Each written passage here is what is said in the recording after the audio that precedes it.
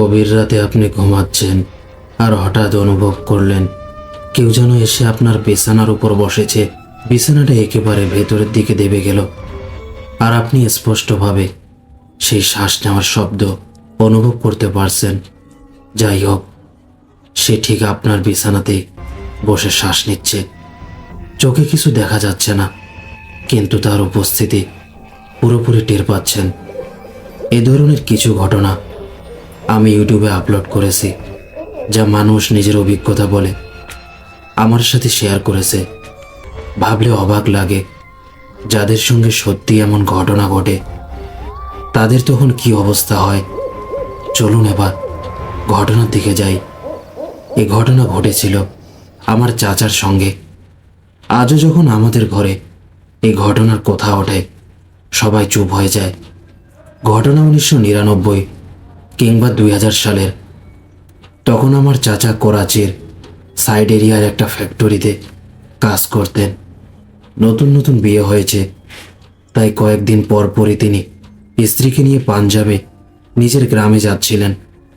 সেই সময় না ছিল মোবাইল, না ছিল পথের কোনো খবর। ট্রেনে উঠে পড়লেই মানুষ আল্লাহর ভরসায় যেত। চাচা করাচি ক্যান্ট স্টেশন থেকে সম্ভবত খোসাল এক্সপ্রেস ধরেছিলেন, যেটা ভেতর দিয়ে সিন পেরিয়ে পাঞ্জাবে যায়। তার এক বন্ধু উপহার হিসেবে তাদের জন্য 2 জনের স্লিপার টিকিট কেটে দিয়েছিল। কেবিনটা ছোট ছিল, কিন্তু পর্দা আর দরজা সবই বন্ধ করা যেত। শুরুর ভ্রমণটা ঠিকঠাকই চলছিল। কেউ গল্প করছে, কেউ ঘুমাচ্ছে। সামনে বা পেছনে ডিব্বাগুলোতেও যাত্রীরা ছিল।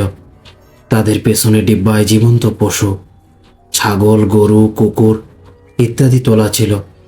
সেগুলোর হালকা শব্দ মাঝে মধ্যে কানে আসছিল। রাত অনেকটা গড়িয়ে গিয়েছিল, মোটামুটি রাত 2টার মতো। হঠাৎ ট্রেনের গতি কমতে শুরু করলো। প্রথমে কেউ খেয়ালই করেনি, তারপর ট্রেনের শব্দ অদ্ভুতভাবে বদলে গেল। কয়েক মিনিটের মধ্যেই ট্রেন পুরোপুরি থেমে গেল। চাচা বলতেন, হঠাৎ থামা নয়, বরং খুব ধীরে ধীরে, যেন চালক নিজেই ব্রেক টেনে থামাচ্ছেন। জানালা দিয়ে বাইরে তাকিয়ে দেখলেন কিছুই নেই। না কোনো স্টেশন, না কোনো প্ল্যাটফর্ম, না আলো, শুধু ঘন অন্ধকার। এমন অন্ধকার যে জানালার কাছে নিজের মুখও ঠিকভাবে দেখা যাচ্ছিল না। ট্রেন থেমে রইল। 5 মিনিট, 10 মিনিট, কোনো ঘোষণা নেই। বেশিরভাগ যাত্রী ঘুমিয়ে থাকায় তেমন শব্দও নেই। চাচা বাইরে বের হলেন। করিডোরে দেখলেন এক লোক ধীরে ধীরে হেঁটে যাচ্ছে। তিনি জিজ্ঞেস করলেন, ট্রেন কেন থেমে আছে? লোকটা শুধু বলল, আগে লাইনে দুর্ঘটনা হয়েছে, তাই ট্রেন এখানে দাঁড়িয়ে থাকবে। কতক্ষণ? এই প্রশ্নের উত্তর কারো কাছে ছিল না। চাচা ফিরে এসে দেখলেন চাচি ঘুমাচ্ছেন। কেবিন পুরো বন্ধ, বাইরে অদ্ভুত নীরবতা। সেই নীরবতার মধ্যে দূর থেকে পশুদের অস্থির শব্দ ভেসে আসছিল, যেন তারা খুবই অস্বস্তিতে। কিছুক্ষণ পর চাচার প্রস্রাবের দরকার পড়ল। তিনি আস্তে করে দরজা খুললেন। বাইরে পা রাখতেই হঠাৎ তীব্রভাবে অনুভব করলেন ট্রেনের পাশে কেউ একজন দাঁড়িয়ে আছে। এ অনুভূতিটা এতটাই স্পষ্ট ছিল যে তিনি থমকে দাঁড়িয়ে গেলেন। চারপাশে তাকালেন, কেউ নেই। ওয়াশরুমের দিকে যেতে যেতে একটি ব্যাপার খুব অদ্ভুত লাগলো। পশুভর্তি যে বগিটি ছিল সেখান থেকে অস্বাভাবিক ধরনের শব্দ আসছিল। ছাগলগুলো সাধারণ ডাক দিচ্ছিল না, বরং এমন শব্দ যেন তারা বারবার চমকে উঠছে বা একে অপরের সঙ্গে ধাক্কা খাচ্ছে। ওয়াশরুম সেরে ফিরে আসার সময় চাচা যখন নিজের কেবিনের দিকে তাকালেন, তার পা থমকে গেল। কেবিনের ভেতরে কেউ বসে আছে, হালকা আলো জ্বলছিল। আর অবাক করা বিষয়, সেই ব্যক্তির চেহারা একদম চাচার মতোই। সে নিচু স্বরে চাচির সঙ্গে কথা বলছিল। চাচি তখন জেগেছিলেন। চাচা ভাবলেন হয়তো চোখের ভুল বা ঘুম না হয় এমন মনে হচ্ছে। তিনি 2 কদম এগিয়ে গেলেন। হঠাৎ থেমে আবার তাড়াতাড়ি কেবিনের দিকে ছুটে গেলেন। পরের মুহূর্তে কেবিন একদম ফাঁকা। চাচি একা শুয়ে আছেন, তার মুখ পুরো ভয়ে সাদা। চাচাকে দেখে তিনি তাড়াতাড়ি বললেন, আপনি কোথায় গেলেন? আপনি তো এখানেই বসেছিলেন। চাচার মুখে কোনো শব্দ বের হলো না, তিনি শুধু বললেন, আমি তো ওয়াশরুমে ছিলাম।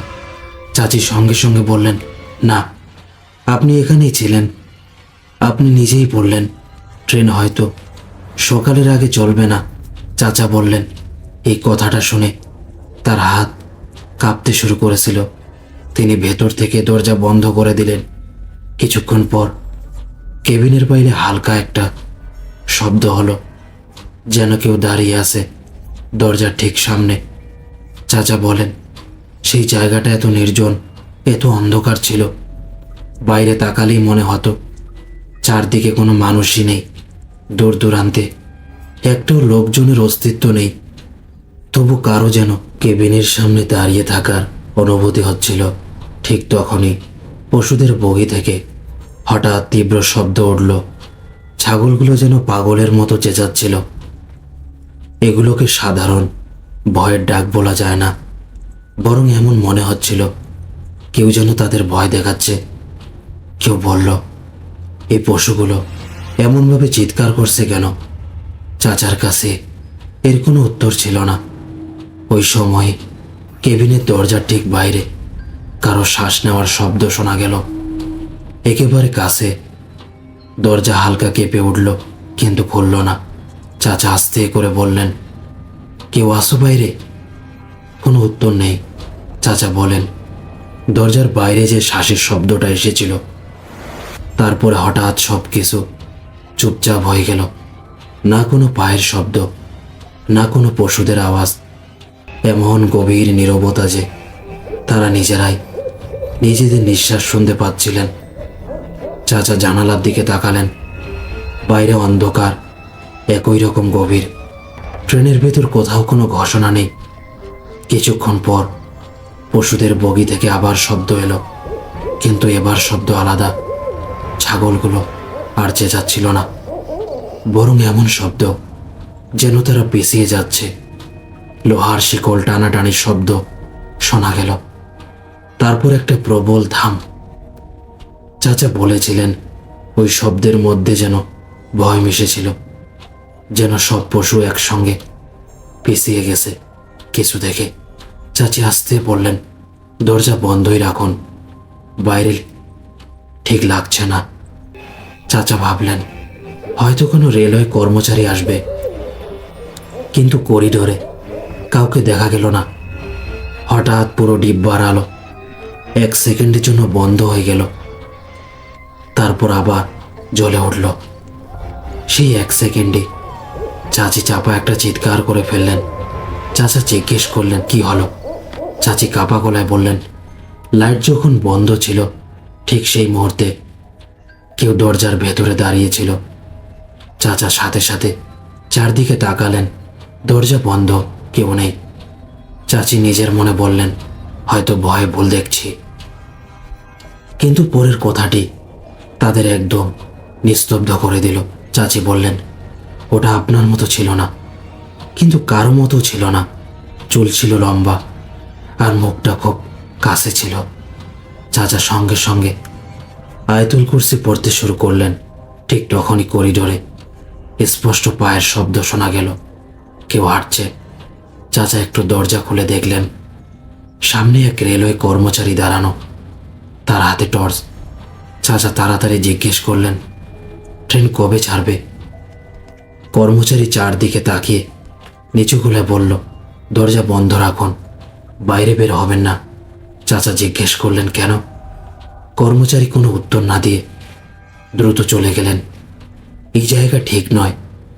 এই কথাটা শুনে চাচার বুকের ভেতর যেন হঠাৎ ঠান্ডা একটা স্রোত নেমে গেল।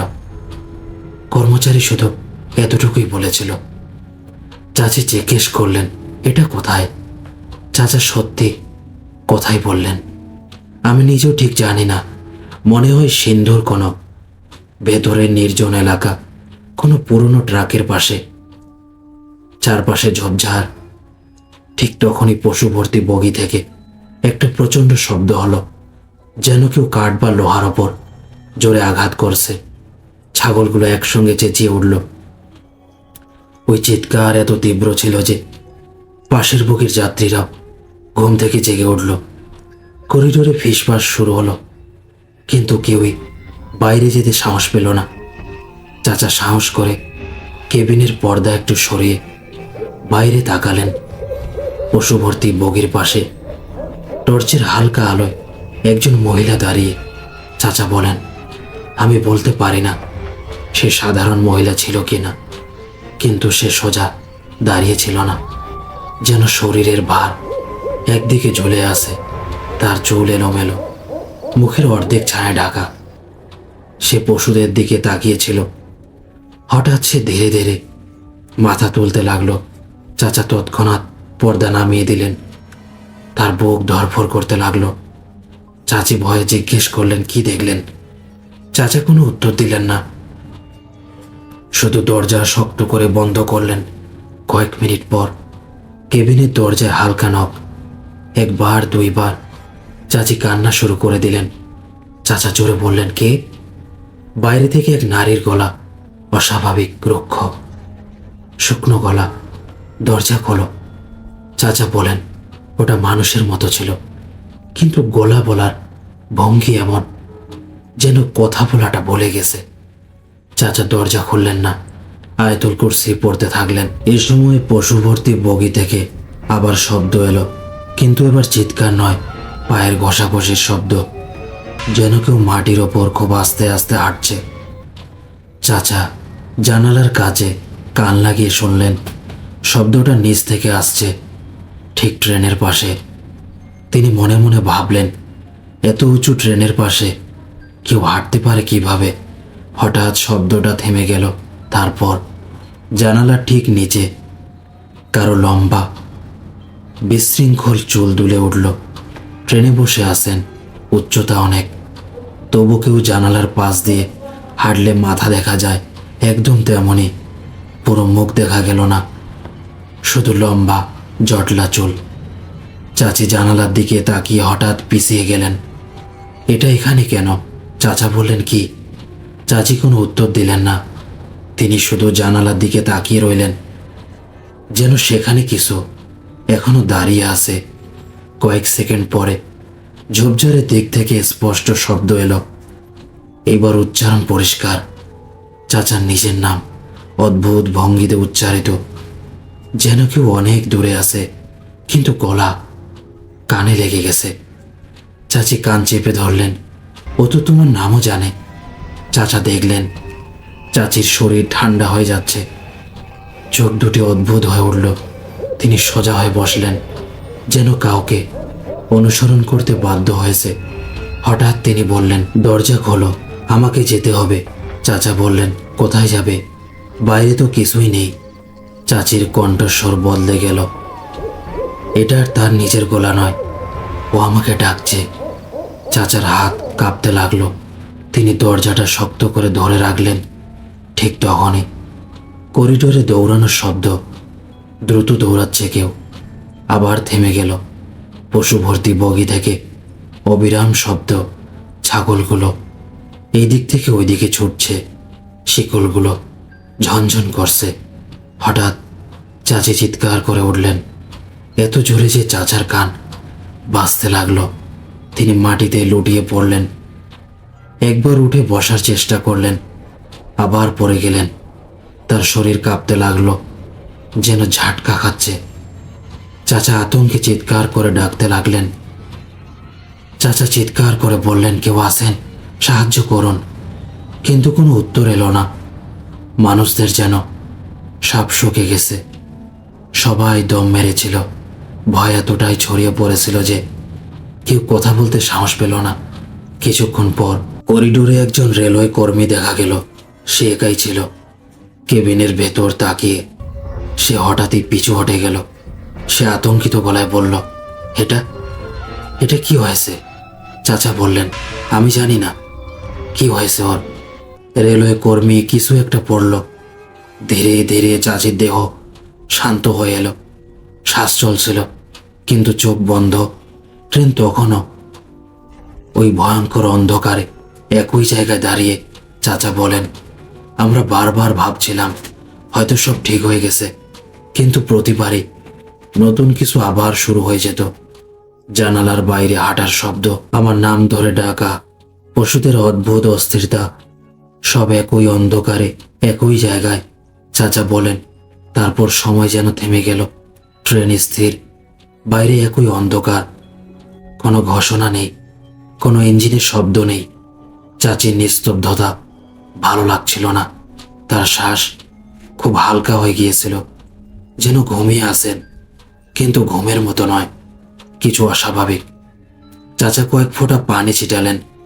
চাচি চোখ খুললেন, কিন্তু তার দৃষ্টি চাচাকে নয়, চাচার পেছনের দেয়ালের দিকে। চাচা ঘুরে দেখলেন কিছু নেই।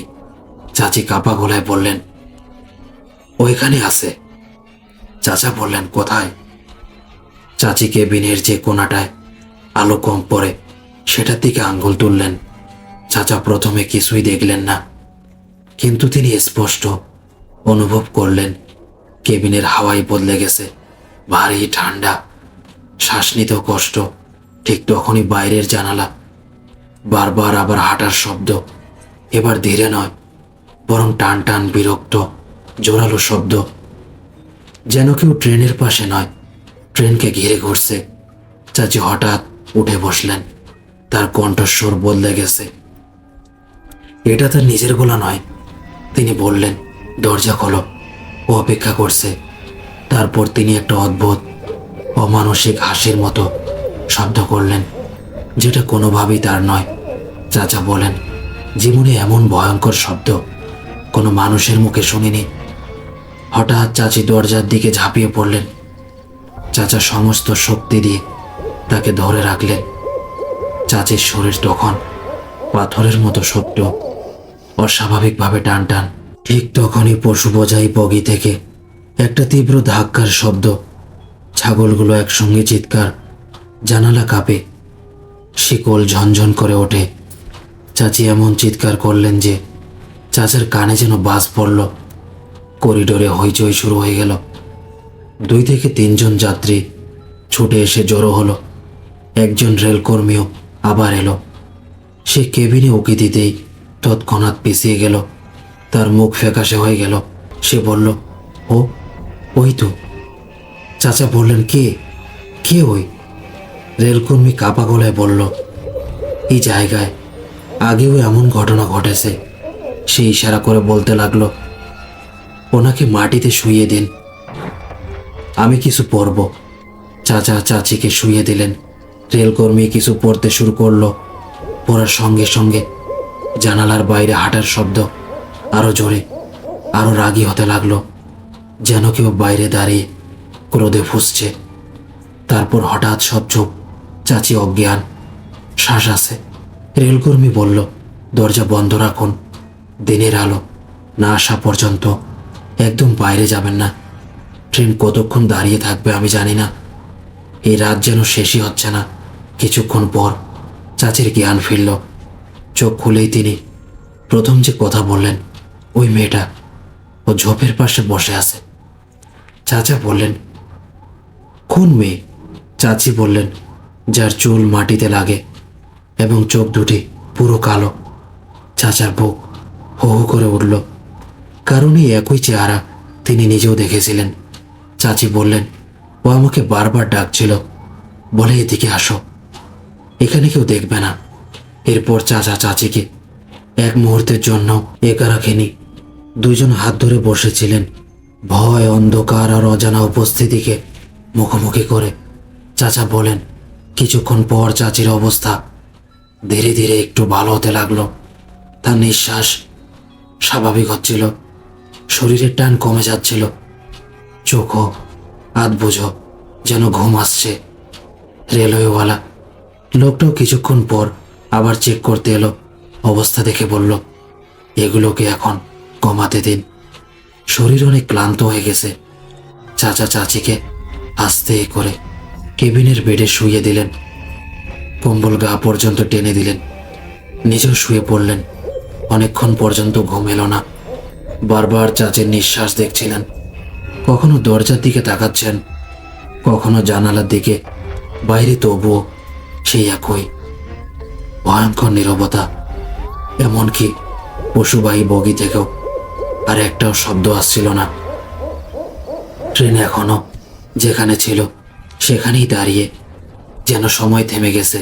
চাচা বলেন, অনেকক্ষণ কিছুই না ঘটায় মনে হলো সব ঠিক হয়ে গেছে। কখন ঘুমিয়ে পড়েছিলেন নিজেও জানেন না। যখন চোখ খুললেন প্রথমে ঠান্ডা হাওয়া লাগলো, তারপরই নজর গেল বেডের দিকে। চাচি সেখানে নেই, বেড খালি, কম্বল এক পাশে, কেবিনের দরজা আধা আধি খোলা। চাচার বুক ধপ করে ওঠে। তিনি ডাকলেন, কোথায় গেলে? কিন্তু সাড়া নেই। তিনি টর্চ তুলে কেবিনের ভেতর বাইরে খোঁজাখুঁজি করতে লাগলেন। ওয়াশরুমেও দেখলেন কেউ নেই, করিডোরও ফাঁকা। ট্রেন তখনও ঠিক একইভাবে দাঁড়িয়ে, বাইরে আগের মতোই ঘুটঘুটে অন্ধকার। চাচা ধীরে ধীরে নিচে নেমে এলেন। টর্চের আলোটি যখন পশুবাহী বগির দিকে ফেললেন, দেখলেন সব পশু এক কোণে গা সেটে দাঁড়িয়ে আছে, যেন কোনো কিছু দেখে বাঁচছে তারা। ঠিক সেই টর্চের আলোতেই চাচার মনে হলো কেউ একজন দাঁড়িয়ে আছে পশুগুলোর খুব কাছে, ট্রেনের ঠিক বাইরে ঘেঁষে। আকৃতি স্পষ্ট দেখা যাচ্ছিল না। পরের মুহূর্তেই সে ট্রেনের পেছনের দিকে সরে গেলে আলোটা তার ওপর পড়ল না। দুই বগির মাঝের যে ফাঁকা জায়গা, সেখানে যেন লুকিয়ে গেল। চাচার হাত কাঁপতে থাকে। কিন্তু তখনই দূর থেকে চাচির কান্নার শব্দ ভেসে আসে। ঝোপঝাড়ের দিক থেকে চাচা দৌড়ে সেই দিকে গেলেন। ঝোপের কাছে গিয়ে দেখলেন চাচি মাটিতে বসে আছে, একদিকে মুখ করে, শরীর সামান্য দুলছে। তার মুখ থেকে বের হচ্ছে এক অদ্ভুত ঘষাঘষির মতো শব্দ, মানুষের স্বাভাবিক আওয়াজ নয়। চাচা কাছে গিয়ে বললেন, কি হয়েছে? এইদিকে তাকাও। কোনো উত্তর নেই। তিনি কাঁধে হাত রাখলেন, ঝাঁকিয়ে ডাকলেন খুব কাছে থেকে, নাম ধরে 2 থেকে 3 বার বললেন, কিন্তু চাচির কোনো প্রতিক্রিয়া নেই। চাচা বলেন, ঠিক তখনই মনে হলো এটা আমার চাচি নয়, ওখানে যেন অন্য কিছু বসে আছে। চাচি যেদিকে মুখ করে বসেছিলেন সেই দিকটা একটু উঁচু। তার সামনে একটা লম্বা ছায়া দাঁড়িয়েছিল, স্পষ্ট নয় কিন্তু উপস্থিতি খুব পরিষ্কার। চাচি তাকিয়েছিল সেই ছায়ার দিকেই। হঠাৎ চাচি ধপ করে পেছনের দিকে পড়ে গেলেন, চিত হয় মাটিতে। চোখ খুললেন, সেই চোখ পুরো লালচে। আর এক বিকট চিৎকার যা মানুষের গলা দিয়ে বের হয় না। চাচা হতবাক হয়ে কয়েক কদম পিছিয়ে যান। ঠিক তখন ট্রেনের দিক থেকে আসে এক জোরে ধাক্কার শব্দ, যেন কেউ কেবিনের জানালায় প্রচণ্ড জোরে আঘাত করল। চাচা ঘুরে তাকালেন জানালার কাছে। চাচি দাঁড়িয়ে ভেতর থেকে ডাকছে, এইদিকে এসো, আমি এখানে আছি, তুমি সেখানে কি করছো? চাচার মাথা ঘুরে যায়। এক চাচি ঝোপে আর এক চাচি ট্রেনে। চাচা দৌড়ে ট্রেনের দিকে ফিরে গেলেন, কেবিনে ঢুকলেন। চাচি একদম স্বাভাবিকভাবে বসে আছেন। বললেন, আমি তো ওয়াশরুমে ছিলাম, তুমি তো ঘুমাচ্ছিলে। চাচার হাত ঘামে ভিজে গেল। তিনি শুধু বলতে পারলেন, আমি তো তোমাকে ওয়াশরুমেও দেখি নাই। চাচা বললেন, আমি তো ওই দিকের ওয়াশরুমে তোমাকে খুঁজছিলাম, তুমি সেখানে ছিলে না। চাচি বললেন, আমি ওই দিকটাতে না, অন্য পাশের ওয়াশরুমে গিয়েছিলাম। চাচা তখন আর কিছুই বলতে পারছিলেন না, দরজা বন্ধ করে বসে রইলেন।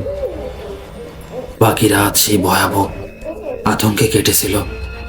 কখনো বাইরে অদ্ভুত শব্দ, কখনো নাম ধরে ডাকা, কখনো পশুবাহী বগির অস্থির আওয়াজ। ফজরের কিছু আগে ট্রেনের হুইসেল শোনা গেল। ট্রেন যখন ধীরে ধীরে সেই জায়গা ছাড়ল, চাচা শেষবারের মতো পিছনে তাকালেন। ঝোপের অংশে ওই নারী দাঁড়িয়ে, চুল সম্পূর্ণ এলোমেলো, মুখ ঝাপসা, চেনা যায় না। শরীর অদ্ভুতভাবে বাঁকা, যেন হাড়গুলো ঠিক জায়গায় নেই। চাচা ভয়ে হঠাৎ চোখ ফিরিয়ে নিলেন। গ্রামে পৌঁছানোর পরে ঘটনাগুলো থামেনি। চাচির বহুদিন ধরে অদ্ভুত খিঁচুনি হতো, কখনো চিৎকার, কখনো জ্ঞান হারিয়ে পড়ে থাকা, কখনো গভীর রাতে আচমকা জেগে ওঠা পরিবারের লোকেরা শেষ পর্যন্ত চিকিৎসা করালেন। ঝাড়ফুঁক, তাবিজ, দোয়া সবই করা হলো। অনেকদিন পরে চাচি পুরোপুরি সেরে উঠলেন, কিন্তু চাচা বলেন, ওর রাত আজও আমাদের সঙ্গে আছে, শুধু আমরা আর সে বিষয়ে কথা বলি না। এই ছিল ঘটনা। ভালো লাগলে পড়ে শোনাবেন। প্রিয় লিসেনার্স, চলুন এবার আরেকটা ঘটনার দিকে চলে যাই। আমার বোনের বিয়ের পর তারা লাহোরে তার শ্বশুর বাড়িতে থাকতেন। তার স্বামী সেখানে চাকরি করতেন। বোন তখন হাউসওয়াইফ, সারাদিন বাড়িতেই থাকতেন। বিয়ের প্রথম বছর হওয়ায় তিনি শ্বশুর বাড়িতেই ছিলেন। বাড়ির নিচতলার অংশে তারা থাকতেন। 2টি রুম, একটি টিভি লাউঞ্জ, একটি রান্নাঘর এবং সামনে পার্কিংয়ের জায়গা। ওপর তলায় থাকতেন বাড়ির মালিক পরিবার। তারা কখনো কোনো অদ্ভুত ব্যাপারের কথা বলেননি। তবে ওই বাড়ির বড় ছেলের স্ত্রী, যিনি প্রায় আমার বোনের সঙ্গে গল্প করতেন, মাঝে মাঝে বলতেন, আমার মনে হয় এই বাড়িতে কিছু আছে। আমি যখন কাপড় শুকাতে ওপরে যাই বা রাতের বেলা নামতে যাই, মনে হয় কেউ আমার পেছনে চলছে। কেউ ঠিক পেছনে দাঁড়িয়ে আছে, তবু বাড়িতে কেউ কখনো কিছু দেখেনি। আমার বোন যখন গর্ভবতী হলেন, তখনই অদ্ভুত ঘটনাগুলো শুরু হলো। তার আগে তার শুধু হালকা ভয় লাগতো, কিন্তু কিছু চোখে পড়েনি। গর্ভবতী হওয়ার পর হাত পা মোচড় দিয়ে যেত, হঠাৎ অজ্ঞান হয়ে পড়তেন, হঠাৎ মুখ শক্ত হয়ে যেত, কথা বের হতো না। যত ডাকো কোনো উত্তর দিতেন না। প্রায় বিকেলের দিকে তার স্বামী বাড়ি ফিরে দেখতেন বোন বিছানায় পড়ে অচেতন। ফলে দুইজনের মধ্যে ভুল বোঝাবুঝি বাড়তে লাগলো। স্বামী ভাবতেন তিনি ইচ্ছে করে এমন করছেন, বা হয়তো এই বিয়েতে খুশি নন। শেষমেশ তিনি বোনকে আমাদের বাড়ি পাঠিয়ে দিলেন। তার কথা, ওর শরীর খারাপ, তোমরা দেখো, পরিবেশ পাল্টালে হয়তো ভালো হবে। একে কথা বলাও, কি সমস্যা হচ্ছে বোঝার চেষ্টা করো। তখনও কেউ বুঝতে পারেনি এটা কোনো সাধারণ অসুস্থতা ছিল না। বোন যখন আমাদের কাছে এলো, আমরা তাকে মজা করে বলতাম, তুমি নাটক করো, এখানে তো তোমার কিছুই হয় না। কিন্তু সত্যিটা তখনও কেউ জানতো না। আমার বোন বলতো, মনে হয় কেউ আমাকে ধাক্কা দিয়েছে আর আমি পড়ে গেছি। এরপরই সে অজ্ঞান হয়ে যেত। আমরা তখনও মজা করতাম, ঠাট্টা করতাম, কিন্তু ব্যাপারটা ধীরে ধীরে বাড়তেই থাকলো। কিছুদিন পর ভাইয়ের সঙ্গে কথা বলে আমরা তাকে আবার স্বামীর বাসায় পৌঁছে দিলাম। সেই সময়ও কিছু মনে হচ্ছিল না, কোনো অস্বাভাবিকতা বা অদ্ভুত অনুভূতি ছিল না। আমাদের ভগ্নিপতিও সেখানে থাকতে থাকতে কখনো কোনো অদ্ভুত ঘটনার সম্মুখীন হননি। স্বামী স্ত্রী ছোটখাটো নোকঝোক চলত, হালকা ঝগড়া বিবাদ, সব দম্পতির মতোই। একদিন দুপুরবেলা বোন রান্না করার জন্য রান্নাঘরে যান। তিনি দেখেন রান্নাঘরে একজন মেয়ে দাঁড়িয়ে আছে, চুল খোপা করে বাঁধা, ওয়াশ বেসিনের দিকে মুখ করে থালা বাসন ধুচ্ছে। বোন অবাক হয়ে জিজ্ঞেস করলেন, আপনি কে? মেয়েটি তার দিকে না তাকিয়ে বলল, আসো, দুইজন মিলে কাজ করি। যখন মেয়েটা মুখ ঘুরিয়ে তাকালো, বোন দেখলেন তার মুখটা ভীষণ বিকৃত, একদম যেন আগুনে পড়ে গলে পড়া কারো মতো। বোন তৎক্ষণাৎ চিত হয়ে পড়ে অজ্ঞান হয়ে গেলেন। সন্ধ্যায় ভাই বাড়ি ফিরে তাকে জ্ঞানহীন অবস্থায় পান। তৎক্ষণাৎ এক মাওলানা সাহেবের সঙ্গে যোগাযোগ করলেন। সবকিছু জানার পর তিনি বললেন, এই বাড়িটাই আগে থেকে জিন ছিল, এখনো আছে। এখানে যখন সোসাইটি বানানো হয়, এই জায়গায় বড় একটা গাছ ছিল, সেটা কেটে প্লট করা হয়। জিনেরা এই জায়গা ছাড়েনি। এই বাড়ির নিচের অংশ আর একদম ওপরের অংশে তাদের প্রভাব বেশি। বাড়িওয়ালা পরিবার ব্যাপারটা জানতো, কিন্তু তারা তাদের নতুন বউকেও বলেনি, আমাদের বোনকেও বলেনি, ভয় পাবে বলে। পরে আশেপাশের লোকজনের সাথে কথা বলে জানা গেল কেউ এই বাড়িতে টিকেই না। কেউ 1 মাস থাকে, কেউ 2 মাস। শুধু আমরাই বা তারা এই পরিবার 1 বছর কাটালো। তার মধ্যে আমার বোন তো 8 থেকে 9 মাস আমাদের কাছেই ছিল। প্রথম বাচ্চাটাও আমাদের বাড়িতেই জন্মায়। সবাই মিলে পরামর্শ দিল, এই বাড়ি ছেড়ে দাও, তোমাদের বাচ্চাটা ছোট, তোমার স্ত্রী অসুস্থ নন, এখানে থাকা নিরাপদ না। তারা বাড়ি ছেড়ে কিছুদিন আমাদের কাছেই থাকলেন। শিশুটি বড় হলো, তারপর নতুন একটা বাড়ি ভাড়া নিলেন। মাশাআল্লাহ, এখন তাদের একটি মেয়ে, একটি ছেলে, 2 সন্তানই ভালো আছে। প্রায় 4 বছর ভালোভাবে কেটে গেছে নতুন বাড়িতে। কিন্তু 4 বছর পর বাচ্চারা বড় হওয়ার ঘরে একটু বেশি শব্দ হতো। মালিক বাড়িওয়ালা এসে বললেন, আমার স্ত্রী অসুবিধা পাচ্ছেন, আপনারা অন্য বাড়ি নিলে ভালো হয়, এই বাড়ি আমরা নিজেরা ব্যবহার করব। তারা আবার নতুন বাড়ি খোঁজা শুরু করলো। কষ্টে কষ্টে একটি বাড়ি পেল, এবং আশ্চর্য ব্যাপার, যে বাড়িতে তারা আগে থাকতো তার পাশের বাড়িটাই ভাই ভাড়া নিয়ে নিলেন, অগ্রিম টাকাও দিয়ে ফেললেন। বোন যখন গিয়ে দেখলেন, বললেন এটা তো ঠিক, আগের বাড়ির পাশেরটাই।